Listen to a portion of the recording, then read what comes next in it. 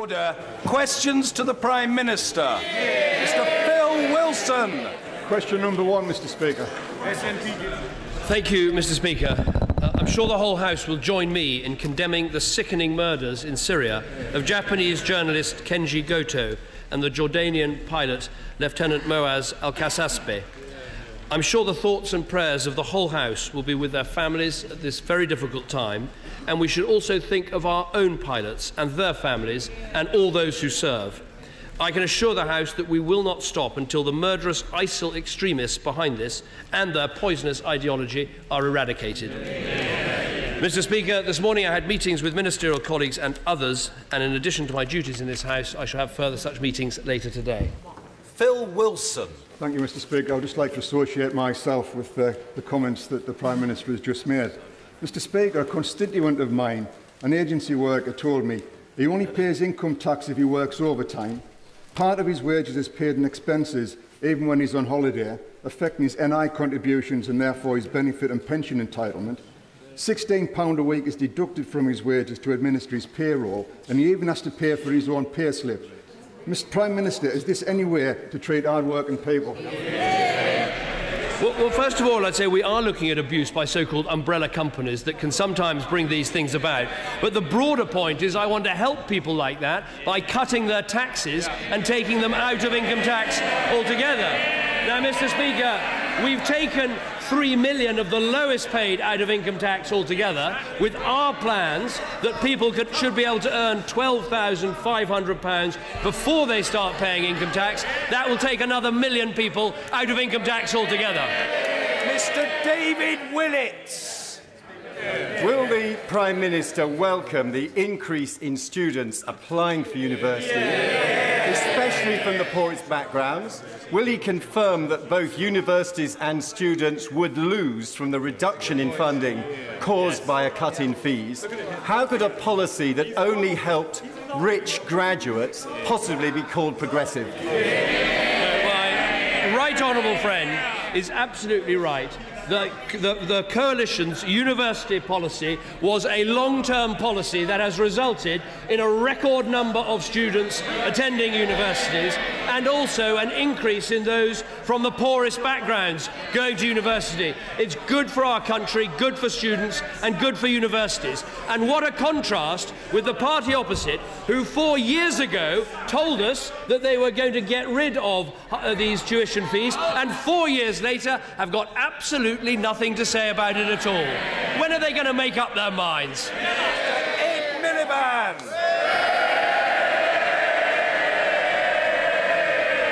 Mr. Speaker, I join the Prime Minister in condemning the appalling murders of the Jordanian pilot and the Japanese hostages by ISIL. These were sickening and despicable acts and simply reinforce our determination to defeat this evil organisation. Mr. Speaker, everyone pays stamp duty on stock market transactions except hedge funds, who are allowed to avoid it, costing many hundreds of millions of pounds. Why is the Prime Minister refusing to act on this? I have to say, Mr. Speaker, for 13 years, during many of which he was in the Treasury, they did absolutely nothing about this. But what this government has done is more than any previous government to make sure that individuals and companies pay their taxes properly. But I have to say, I'm delighted he's raised the economy on the morning after his shadow chancellor couldn't name one single business leader who backed Labour. Mr. Speaker, this is Prime Minister's questions, and he should try and answer the question. Now, I asked him a very specific question.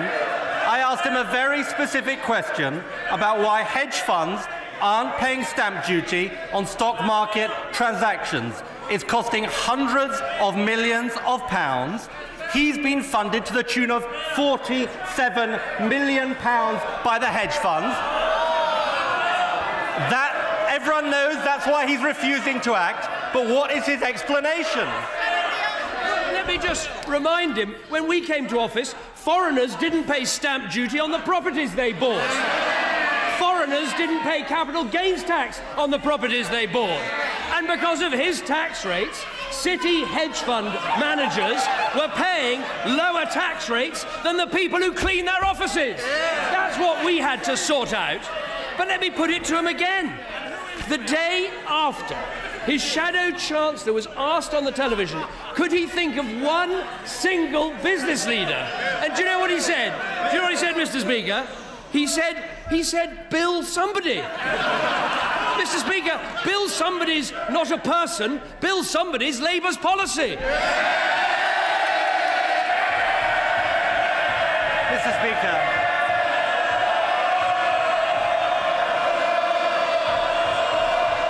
Mr. Speaker, I'll tell him what people on this side are doing.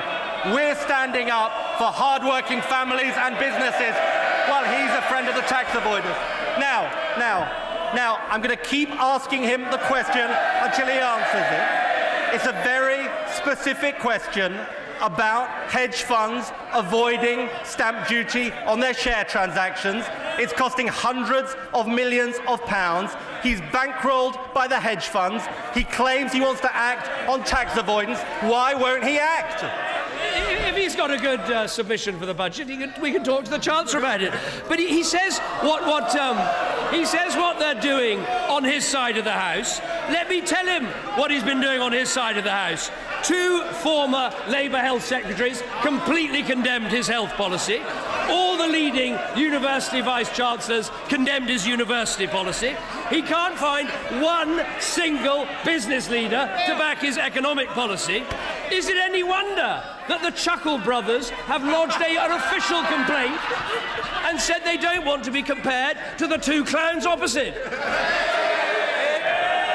I'm afraid I'm going to keep asking the question until he has an answer. Right, now let me explain it. Let me explain it to him. You can't help him, George. You're too far away. Now let me explain it to him. Let me explain it to him very simply. Let me explain it to him very simply. Everybody pays stamp duty on their share transactions. I apologise for interrupting. The questions and the answers will be heard.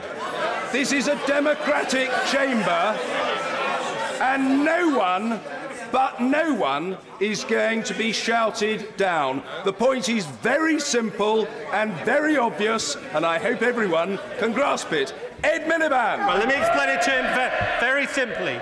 Everybody pays stamp duty on their share transactions, but the hedge funds are protected. We've been calling for action on this. It could raise hundreds of millions of pounds. Why won't he act? We have acted on stamp duty. We'll continue to act on stamp duty. But he sat for 13 years in the Treasury and he never did anything about it. Now, if he wants to make sure that he acts on tax avoidance and evasion, why doesn't he start with Labour's biggest donor, Mr. John Mills?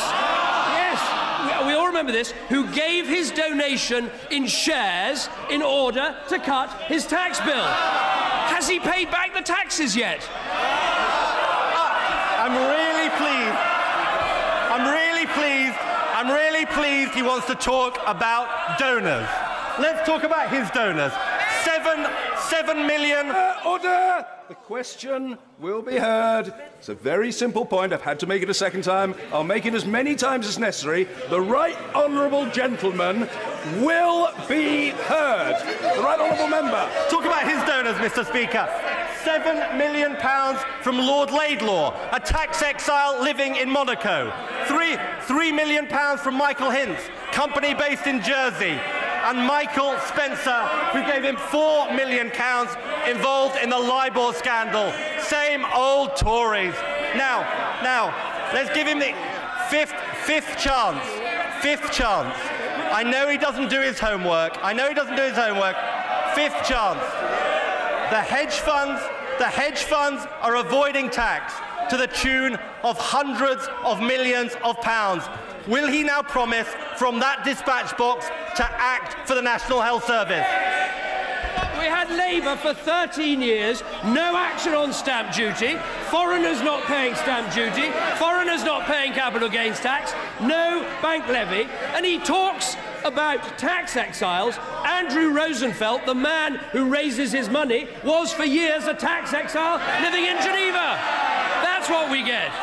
But isn't it any wonder he wants to find one particular issue to raise today, because he can't talk about minimum wages because his policy is to cut them. He can't talk about energy prices because his policy is to keep them up. He can't talk about universities because his policy is to trash them. He can't name a single business leader who supports Labour. No wonder the person who wrote that things can only get better says it no longer applies to Labour.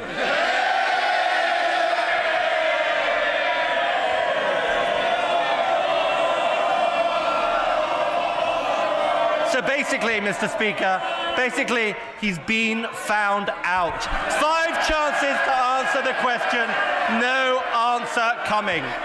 And let's close down that tax loophole so we can have more doctors, more nurses, more care workers, more midwives.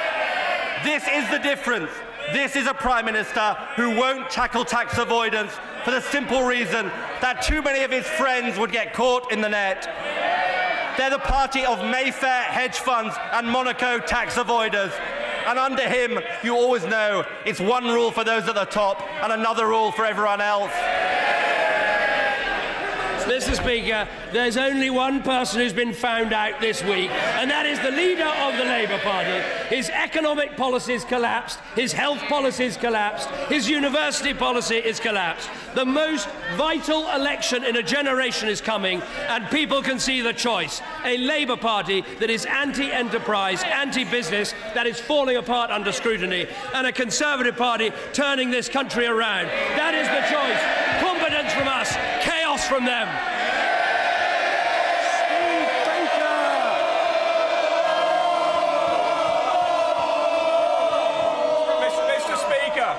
Mr. Speaker, this week, Mr. Speaker, we have seen that fear is spreading across this land amongst senior business people. Will my right honourable friend reassure me that he will stay the course of his... Order! The honourable gentleman's question must be heard. If he wants to continue the last bit of it, he can. Be heard. Spit it out. Mr. Speaker, will my right honourable friend reassure me that he will stay the course to prosperity with his long-term economic plan? We will stay the course because we can now see 1.75 million more people in work. The deficit down by half. The British economy growing faster than any major economy in Western Europe. And business and enterprise, large and small, saying we have the right plan and we should stick to that plan. That is what we'll do. It's competence versus chaos. Susan Ellen Jones. Thank you, Mr. Speaker.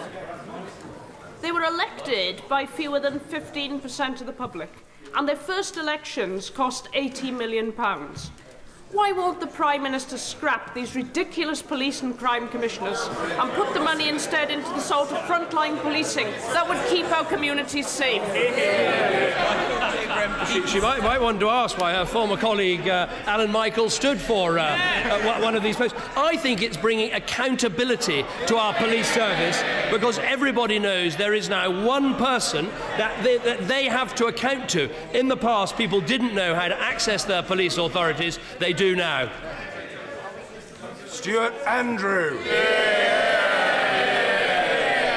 Thank you, Mr. Speaker. When my right honourable friend visits Yorkshire tomorrow, he will be spoilt for choice of the number of businesses that are investing and creating jobs in Leeds, bringing unemployment in my Pudsey constituency down 55%, in Leeds West down 39%, and in Morley and Outward down 51%.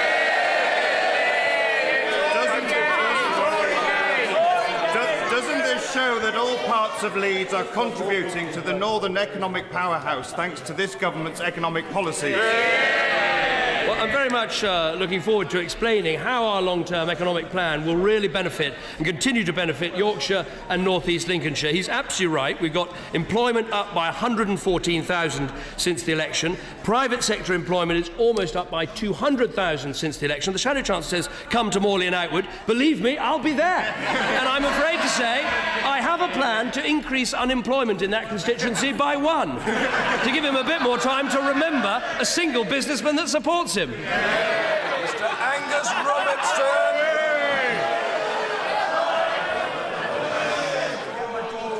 Thank you very much, Mr. Speaker. The Labour Party was in power for 13 years and failed to deliver a single additional power to Scotland that was outlined in the vow. The Conservatives and the Lib Dems have been in power for 5 years, and like Labour, they are not proposing the real home rule that was promised.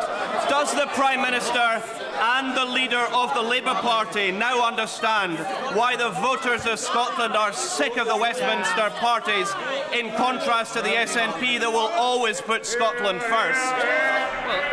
Well, what I'd say is this coalition government has actually taken part in a massive exercise of devolution to the Scottish Parliament and has already set out a significant extra increase in powers that will take place whoever is standing at this dispatch box after the election. And I have to say, yes, we have had a Westminster government here for the last 5 years. We have an SNP government in Scotland.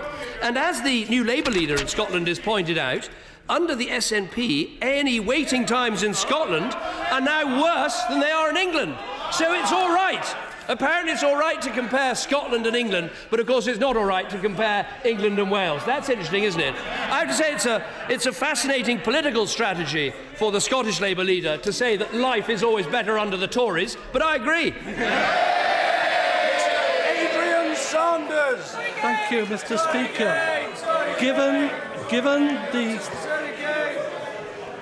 Given the success the Prime Minister claims for the coalition's long-term economic plan, why, if allowed to govern alone, does he want to change it to bring in even deeper cuts to public services? Now, what I believe we need to do is to make sure that after 7 years of economic growth, which is what we will have had by 2018, we should be starting to pay down the deficit by running a surplus. And I think that is something that every business, every family in the country will understand. You need to fix the roof when the sun is shining. And as far as I can see, it is only the Conservative Party that will offer that at the next election. Dan Jarvis. Thank you, Mr. Speaker. When the Prime Minister comes to Yorkshire, he might reflect on the promise he made to a Barnsley business that he would support efforts to secure a major international contract to manufacture solar panels. Billions of pounds of investment depend upon him keeping his word, but delays in Whitehall mean that the deal is now at risk. So can I ask the Prime Minister to do what he said that he was going to do, to intervene, to make sure that we can bring hundreds of good, skilled jobs to this country? No, well, I understand that UKTI, the Department of Energy and Climate Change and the Foreign Office have all been providing advice and support to Solar Europa in his constituency and have met with them on a number of occasions. We want to promote all projects that can create jobs in the UK and benefit relations with international partners. So I will look to see if there's anything that can be done in the Whitehall system that's getting in the way of this company, and I will write to the Honourable Gentleman. Craig Whitaker. Thank you, Mr. Speaker. Mr. Mohammed Naved Bashir, a constituent in the Calder Valley, was arrested in December. Despite pointing out on numerous occasions that he'd had a different name to the man they were wanting, they held him in the prison cells in Halifax for 3 days, and it was only confirmed that indeed they had arrested the wrong person when he was transported and presented to a judge in Glasgow. Will my right honourable friend ask the Home Secretary to look into this case and perhaps supply some answers to questions which Mr Bashir is not getting from the police? No, well, I understand this does sound a very concerning case. My understanding is that West Yorkshire Police are investigating the circumstances surrounding the arrest and the detention of Mr Bashir. I can't give the House specifics of this case because it does involve ongoing legal action. I will discuss it with the Home Secretary as he asked, and of course one option would be for Mr Bashir to make a formal complaint to the Independent Police Complaints Commission, but let me try and get him some more information about that. Joan Wally. Thank you, Mr Speaker. I know that the Prime Minister has followed closely the recent upheaval in the NHS in North Staffordshire, the Stafford and Stoke-on-Trent hospital mergers, the PET scanner, reasons for waiting times as accidents and emergency. But given that his government commissioned KPMG to produce the Staffordshire Distressed Economy report and it's being withheld, will he commit now to publishing the full report so that we can all see his real plans for the NHS in Stoke-on-Trent in North Staffordshire?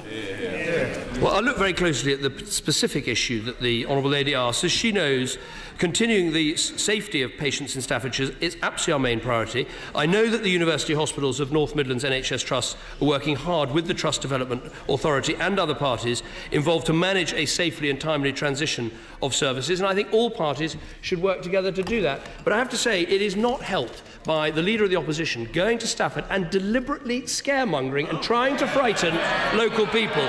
He has said, and I quote, he has said that Stafford Hospital is on the road to closure. This is what he means by weaponising the NHS. It is an absolutely disgraceful tactic. She knows it's not true, he knows it's not true, but he hasn't got the gumption to say so. James. Thank you, Mr Speaker. I know the Prime Minister shares the gratitude expressed on all sides of the House for the sacrifices made by our healthcare professionals and armed forces, including my constituent, Lieutenant Mark White, for risking their lives to help the people of Sierra Leone combat the scourge of Ebola. Does my right honourable friend agree with me that a way should be found to recognise their bravery? Absolutely. No, I think the Honourable Lady is absolutely right, and I'm sure everyone would like me to put on my record praise for the incredibly brave people who've worked in very difficult conditions, including many of them over Christmas. These are, of course, doctors and nurses from our NHS, but also people from our armed forces, our civil service, and NGOs. They are the people, and they're helping to save thousands of lives in Africa and protecting the UK from the potentially disastrous consequences of the disease spreading. In recognition of the bravery of those from the UK, I intend to recommend to Her Majesty the Queen a new medal to pay tribute to their efforts. Details will be out in due course. This should be in place by the summer, and I think it's absolutely the right thing to say these people are incredibly brave and we owe them an immense debt of gratitude. Kathy Jameson. Thank you, Mr Speaker. Today's Green Budget from the Institute for Fiscal Studies shows that median wages were still almost 5% lower last year than they were in 2008. Will the Prime Minister now admit that families across the country are indeed facing a cost of living crisis? What the Green Budget today shows, and I think we should take this as an important reference work, is that Labour would lead to an extra £170 billion of borrowing.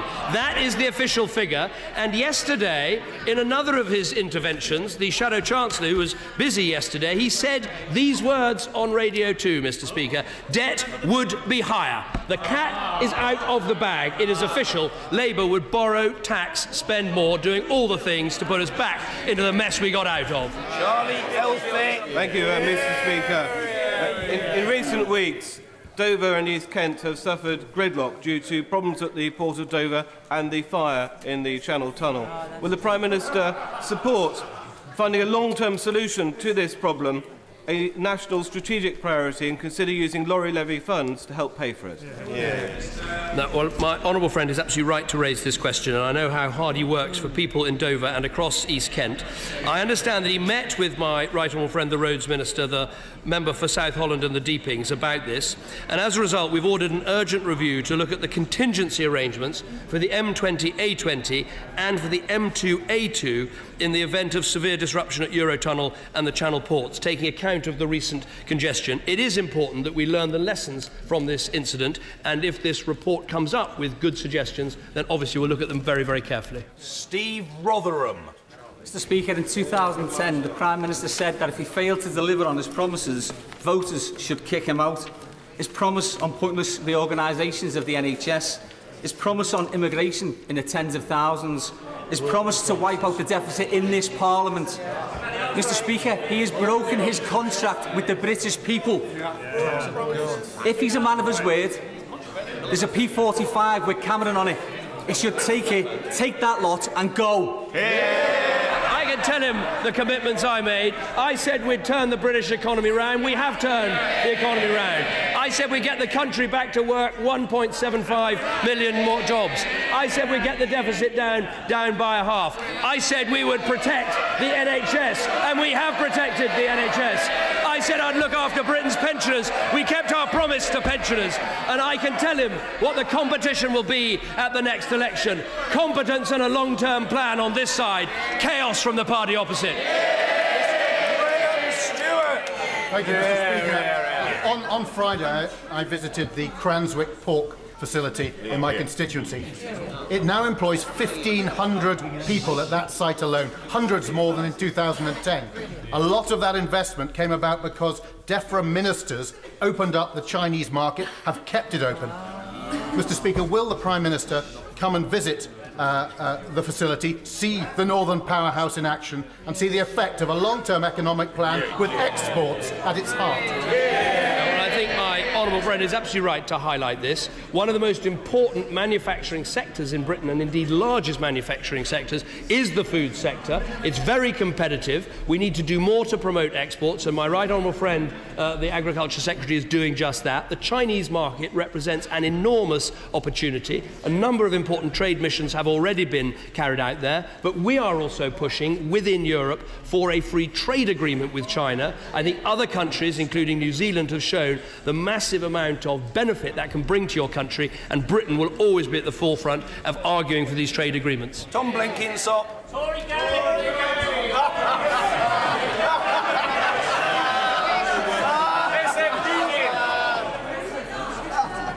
Does the Prime Minister know of anyone who owns or works for a UK-registered company that uses a Luxembourg-based holding company in order to avoid paying their fair share of tax in the UK? Well, I want to see more and more companies headquartered here in the United Kingdom, and that's exactly, under this government, what is happening. We inherited a situation where company after company was leaving our shores. Because we've now got competitive tax rates and a business-friendly government, more and more businesses are coming here, including in his constituency. Greg Mulholland. Thank you, Mr. Speaker. Last week, 6-year-old Sam Brown from my constituency with 10-year-old Kamal from London came to see the Prime Minister to deliver personal letters to him about the NHS England failure to come up with a process to allow the NHS to fund the drugs they need for Morquio syndrome, which also applies for Duchenne muscular dystrophy. NHS England are still dragging their heels. Could the Prime Minister, who I know has taken an interest in this, please intervene to come up with an interim solution so all these children can get the drugs that they need? Well, I well remember meeting the honourable gentleman and also the young boy who came with Duchenne muscular dystrophy syndrome. I have looked at this. The consultation is now underway and will finish at the end of April. And following this, the NHS will make a decision as quickly as possible of whether or not to routinely fund Translana. I've discussed this with the Health Secretary and we'll do everything we can to help. David Anderson. Thank you, Mr. Speaker. Mr. Speaker, in 2010, the government withdrew £80 million from 5 schools in my constituency. This destabilised the school in the village of Wrighton so much it's being forced against the will of all concerned to become an academy, and the curriculum has been constantly cut and dedicated staff have lost their jobs, and there's more of the same to come in the summer. What do I tell my constituent Lauren White, who loves this school, when she's seeing her chosen career disappear before her very eyes? Well, all the evidence is that schools that have converted into academy status have seen their standards improve at a faster rate than maintained schools. Isn't it interesting, Mr. Speaker, that the party that started to promote academies has given up on that good reform as well as the other reforms they've given up on? We put extra money in for school places, we're seeing improvements in school standards, and we've said that any schools that are either inadequate or require improvement will need to be taken over by an academy if they don't have a proper plan for improvement. That is something that I think all parents who want to see their children succeed at school will welcome. Mike Freer! Thank you, Mr. Speaker. My right honourable friend has been admirably robust at combating anti-Semitism, and this government have been generous in supporting security measures at state faith schools. However, there are 120 community buildings now at risk of terrorist attack, the type we saw in Paris. Will my right honourable friend commit to looking at creating a counter-terrorism fund to help meeting the security measures at these community buildings?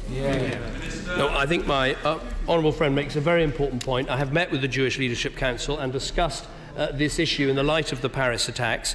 As he knows, the school security grant, which we introduced, has made available £2.3 million of funding in the current year to protect security at Jewish schools, and it will be maintained next year. The Education Secretary is also going to meet with the Community Security Trust and see if we can do more to help Jewish independent schools. In my view, we need to do everything we can to help this community feel safe and secure in our country. I would hate it for British Jews not to feel that they have a home here in Britain, safe, secure, a vital part of our community. Mark Durkan. It is now 2 years since meningitis B vaccine was licensed for use across the EU. To achieve its effect of being able to prevent over 80% of meningitis B cases here, it needs to be on the routine immunisation schedule for the NHS.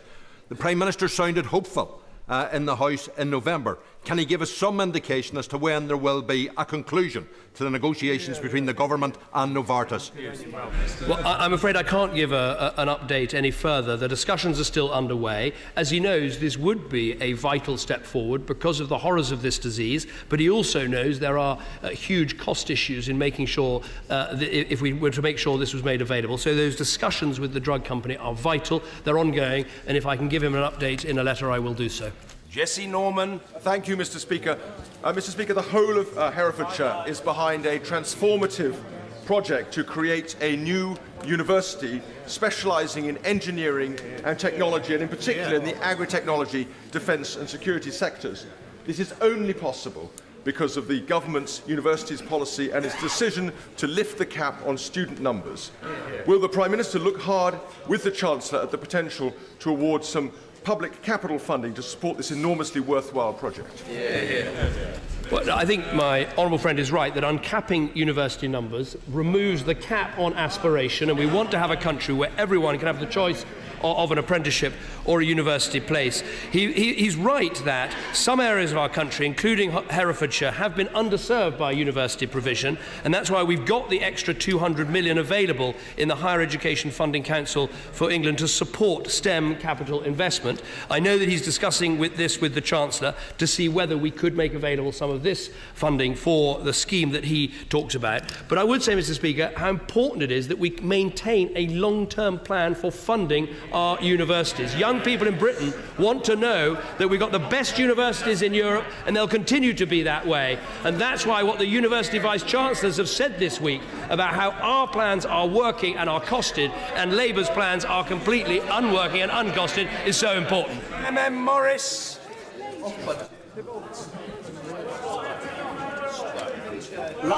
Last night, the Prime Minister was on television and he said he would crack down on firms who move abroad to avoid paying their tax. So my question is this. When the government launched the taxpayer-backed National Loan Guarantee Scheme in 2012, why did the Prime Minister decide to allow companies based offshore in offshore tax havens to apply for this form of state aid? The National Loan Guarantee Scheme was run by the banks, and it was the banks that chose what companies to fund. But let me say this, we have done more than any previous government to make sure that companies pay their taxes. We inherited a situation under Labour where foreigners weren't paying stamp duty, where companies were leaving Britain, where we were giving knighthoods to bankers that had failed Britain. All of that's changed. Marie Morris. Thank you, Mr. Speaker. This week is the anniversary of the Great Storm which ripped up the railway line at Dawlish in my constituency. I thank the Prime Minister and Network Rail for their very fast action to restore the line. Can he confirm his ongoing commitment to the South West Rail Link and the future funding for it. Well, first of all, let me join my honourable friend in paying tribute to the Orange Army that did such a fantastic job at Dawlish in getting that line back on track in such a short period of time. As she knows, we've also committed a further 30 million towards resilience and protection this year. But more importantly, we are working with the South West Peninsula Rail Task Force to bring together all the strategic and local transport schemes. I'm absolutely determined that the southwest of our country will have a strong, whether it is road or rail or air connections with the rest of the country. These are absolutely vital to our long-term plan. Order.